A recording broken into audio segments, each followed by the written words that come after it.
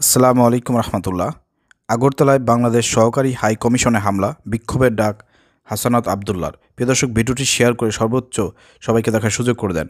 ভারতের আগরতলায় বাংলাদেশ সহকারী হাই কমিশনে হামলার প্রতিবাদে বিক্ষোভ মিছিলের ডাক দিয়েছেন বৈষম্য বিরোধী ছাত্র আন্দোলনের আহ্বায়ক হাসানাত আবদুল্লাহ। আজ রাত 8টায় রাজু ভাস্কর্যে এই বিক্ষোভ মিছিল হবে। যারা ভিডিওটি দেখতেছেন সর্বশেষ শেয়ার করেন। ঢাকায় যারা আছেন সবাই রাজু ভাস্কর্যে আপনারা চলে আসুন। সোমবার 2রা ডিসেম্বর সন্ধ্যা 6টার দিকে এক ফেসবুক স্ট্যাটাসে এই বিক্ষোভ কর্মসূচি ঘোষণা করেন তিনি।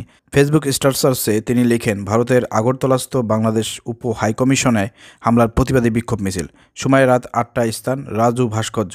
প্রসঙ্গত, আগরতলা ত্রিপুরায় অবস্থিত বাংলাদেশ সহকারী হাই কমিশনে হামলার ঘটনা ঘটেছে। এই সময় বাংলাদেশ লাল সবুজ পতাকা টানা হেঁচড়া করে ছিঁড়ে ফেলা হয়েছে। বাংলাদেশ সম্মিলিত সনাতনী জাগরণ জোটের মুখপাত্র ও চট্টগ্রাম 8হাজারি পণ্ডরিক ধামের অধ্যক্ষ চিন্ময় কুষ্ম দাস প্রভুকে অবৈধভাবে গ্রেপ্তার করা হয়েছে এমন অভিযোগ তুলে ভারতের ডানপন্থী সংস্থা হিন্দু সংগ্রাম স্মৃতি এই হামলা চালায়।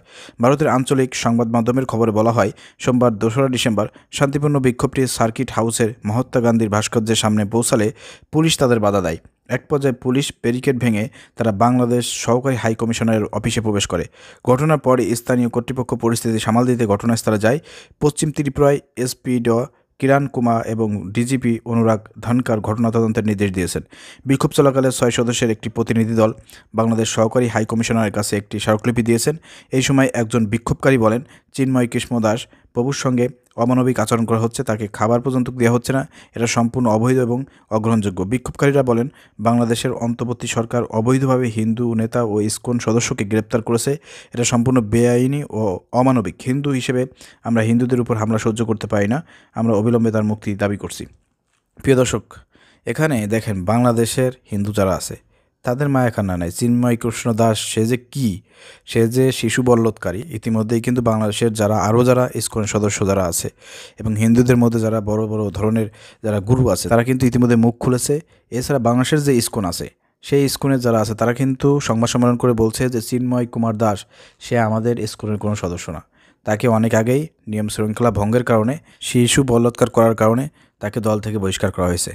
যেখানে বাংলাদেশ থেকে চিন্ময় কুমার দাসকে সবাই বয়কট করেছে, তার পিছন থেকে সরে গিয়েছে, সেখানে ভারতের এই গোমূত্রখোররা তারা আন্দোলন করে চিন্ময় কুমার দাসের জন্য। আমি বুঝলাম না, এই চিন্ময় কুমার দাস কি ভারতের লোক নাকি? বুঝলাম না প্রিয় দর্শক। এতই যদি ওদের মায়াকার না হয় তাহলে চিন্ময় কুমার দাসকে জরিমানা করে ভারত পাঠিয়ে দেওয়া হোক এবং ভারতে নির্বাসিত করে দেওয়া হোক। বাংলাদেশের মাটিতে চিন্ময় কুমার দাসের কোনো স্থান নাই। ওকে ভারত যেহেতু চাচ্ছে ভারতকে দিয়ে দেন, দরকার নাই, কিন্তু খুনের বিচার হতে হবে। এই যে ওর নির্দেশে অথবা ওকে গ্রেপ্তার করার পরে আমাদের চট্টগ্রামে আদালতে যে আমাদের একজন মুসলিম ভাই সাইফুলকে হত্যা করা হয়েছে, যারা এর সঙ্গে জড়িত এদেরকে গ্রেপ্তার করে আইনের আওতায় এনে দ্রুত ফাঁসি কার্যকর করতে হবে। আর চিন্ময় কুমার দাসকে এত ঝামেলা করার দরকার নাই, তার বিরুদ্ধে যেহেতু রাষ্ট্রদ্রোহ মামলা হয়েছে, এই বাংলাদেশ থেকে আউট করে চিরদিনের জন্য বাংলাদেশে তার জন্য আসা হারাম। সে আর কোনোদিন বাংলাদেশে আসতে পারবে না। তাকে ভারতের লোকজন যেহেতু চাচ্ছে ভারতে পাঠাই দেন, সে ভারতে গিয়ে সেখানে ষড়যন্ত্র করুক। সে ভারতে গিয়ে ভারতের ওই ইসকন যারা আছে এবং হিন্দুত্ববাদী যারা আছে, যারা তার জন্য মায়াকান্না করতেছে, তাদের গরু হিসেবে সে সেখানে কাজ করুক। বাংলাদেশের মাটিতে এই চিন্ময় কুমার দাসকে আমরা দেখতে চাই না। এত ঝামেলা করার দরকার নাই। প্রিয় দর্শক, অনেকে হয়তো আমার এই মন্তব্যের কারণে রাগান্বিত হতে পারেন, কিন্তু আমি একটা কথা বলি আপনাদেরকে। ধরেন যে এই যে ভারত যেভাবে অপপ্রচার চালাচ্ছে বাংলাদেশকে নিয়ে, এবং ভারত যেহেতু একটি বড় দেশ, শক্তিশালী দেশ, আমরা একটা মুসলমান কান্ট্রি কিন্তু একেবারে ছোটো। এখানে ভারত যদি অপপ্রচার চালায় বা ভারত যদি বিভিন্ন রকমের অ্যাকশনে যায়, তাহলে কিন্তু আমরা একটু সমস্যার মধ্যে পড়ে যাব। কারণ আপনি বিশ্বের দিকে তাকায় দেখেন, আজকে বিশ্ব ধরে সব জায়গা কিন্তু আজকে গ্যাঞ্জাম ফাঞ্জা চলতেছে, যুদ্ধ চলতেছে, কেউ কাউকে ছাড় দিচ্ছে না।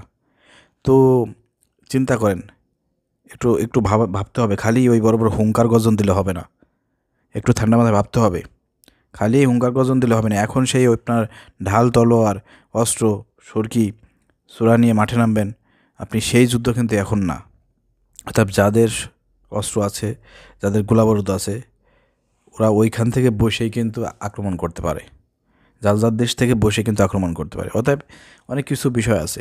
আমাদের মানুষে 18 কোটি মানুষ আমরা আছি, মুসলমান আছি, আমরা অনেক বড় বড় হুঙ্কার দিই, গর্জন দিই, কিন্তু বাস্তবতা হলো যদি বেঈমানের সাথে পারতে হয়, কাফেরদের সাথে যদি আপনাকে জিততে হয়, তাহলে কাফেরদের যদি 100টা অস্ত্র থাকে, আপনার 20টি অস্ত্র থাকতে হবে। ঠিক আছে, আপনার 20 জন ইমানদার থাকতে হবে এবং 20টি অস্ত্রও থাকা লাগবে। এত সহজ না। খালি হুঙ্কার গর্জন দিলাম, ওয়াজের ময়দানে গিয়ে বড় বড় কথা বললাম, অনেক হিসাব নিকাশের বিষয় আছে। আমাদের বাংলাদেশ বাহিনীর দিক দিয়ে এবং বাংলাদেশে আপনার শক্তির দিক দিয়ে, অস্ত্র ভাণ্ডারের দিক দিয়ে এবং মানে সব কিছু, সেনাবাহিনীর দিক দিয়ে, সব কিছুর দিক দিয়ে ভারতের মানে ধারের কাছেও না আমরা, ঠিক আছে? অর্থাৎ ভারতের সাথে টক্কর দেওয়ার কোনো প্রশ্নই আসে না, কোনো প্রশ্নই আসে না। খালি আন্দাজে মানে হুঙ্কার গর্জন দিয়ে মানুষের মন রক্ষা করার কোনো এইসব বক্তব্য না দেওয়াই ভালো। কিন্তু এর কড়া প্রতিবাদ সরকারকে করতে হবে এবং কৌশলগত দিকভাবে আমাদের যদি সম্পর্ক পাকিস্তানের সাথে হয় তাহলে একটা কথা আছে, বন্ধু রাষ্ট্র দরকার। আপনি বিশ্বের দিকে তাকায় দেখেন, সব কী করে ফেলতেছে। এক ইসরায়েল ইরানকে হুমকি দেয়, এরপরে হামাসকে, ফিলিস্তিনকে হুমকি দেয়, এরপরে সিরিয়ায়, এরপরে লেবানন হিজবুল্লাহর নেতাকে মেরে ফেলছে, শহীদ করে ফেলছে। মানে এক ইসরায়েল একটু ছোটো একটা দেশ, তাদের কাছে অত্যাধুনিক অস্ত্র, সেনাবাহিনী, কঠিন শক্তিশালী সেনাবাহিনী। দেখেন সবগুলোদের আরব কান্ট্রিতে একা হুমকি দিচ্ছে, একা ছোঁয়ায় ফেলতেছে। তো ভাই মানে আবেগ দিয়ে কথা বললে হবে না, বিবেক দিয়ে একটু বোঝার চেষ্টা করতে হবে, ঠিক আছে? কৌশল অবলম্বন করতে হবে, নিজেদেরকে শক্তিশালী হইতে হবে। ওই খালি ইমান নিয়ে মাঠে ময়দানে গিয়ে অস্ত্র ছাড়া আপনি যুদ্ধ করবেন, এটা আল্লাহ আপনাকে বলে নাই। একদিন আপনি একবার 5,000 রকেট মেরে দিয়ে পরে আপনি চুপ হয়ে বসে থাকলেন, হ্যাঁ?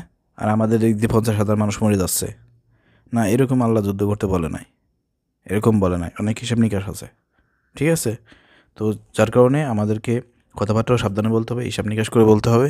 আমি মনে করি যে এই যে ইস্যুটা চলতেছে, এগুলো বিরাট বড় একটা ইস্যু, এটা আপনি সামাল দেওয়া খুব কঠিন হয়ে যাবে। চিন্ময় কুমার দাস ভারতে পাঠিয়ে দেন, তাকে ভারতে নির্বাসিত করে দেন চিরদিনের জন্য। বাংলাদেশের মাটিতে ওর দরকার নাই। বাংলাদেশের মাটিতে যেসব হিন্দুরা আছে, এদের যারা উগ্রপন্থী আছে, এদেরকে সাহায্য করার জন্য বাংলাদেশের মানুষ যথেষ্ট। তারা চিন্ময় কুমার দাসকে চায়, চিন্ময় কুমার দাসকে পাঠিয়ে দেন ভারতে, সে ভারতে গিয়ে রাজত্ব করুক, যা খুশি তাই করে বেড়াক, ঠিক আছে? আমার এই কথার সাথে একমত অনেকেই হবেন না, আবার হতেও পারেন, একটু চিন্তা করতে হবে আপনাদেরকে। ভিডিওটি শেয়ার করে দিন। আসসালামু আলাইকুম রহমতুল্লাহ।